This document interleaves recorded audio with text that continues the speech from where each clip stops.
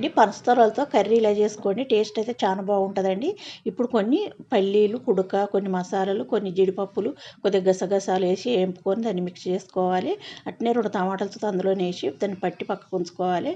ఇప్పుడు కొన్ని వాటర్ పెట్టి అందులో కొద్దిగా సాల్ట్ వేసి పనసతొరలు వేసి అది పక్కకు ఉంచుకొని ఇప్పుడు కడాయిలో కొద్దిగా నూనె, కొద్దిగా నెయ్యి వేసుకొని 2 ఉల్లిగడ్డలు కట్ చేసి వేసుకొని 2 పచ్చిమిర్చి, కొద్దిగా అల్లం వెల్లుల్లి పేస్ట్ వేసుకొని అదంతా ఫ్రై కాగానే మనం పనసతొరలు ఒలిచి పెట్టుకున్నవి కడిగినవి వేసుకోవాలి.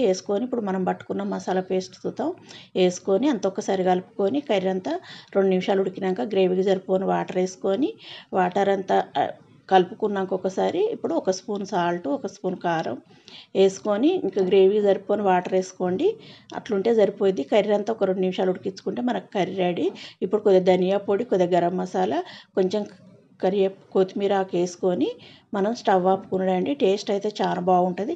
తప్పక ట్రై చేయండి. నచ్చిందంటే లైక్